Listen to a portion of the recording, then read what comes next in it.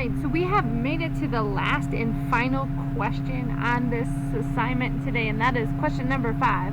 If a person wants to eat 2,000 calories per day, what percentage of their daily calorie intake would one serving of your meal be?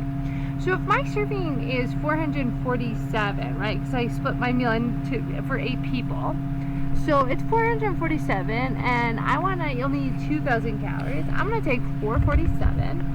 And I'm going to divide it by that 2,000 I want to eat in the entire day. And that's going to give me the percentage of this meal's calories for my day. So in that case, it is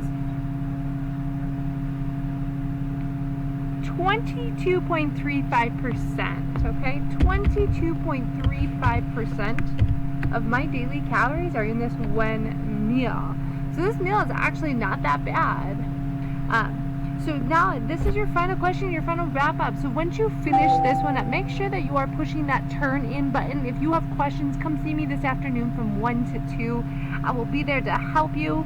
I'll also be there tomorrow from 1 to 2. And if you just want to ask me a simple question, please email me. All right, good luck.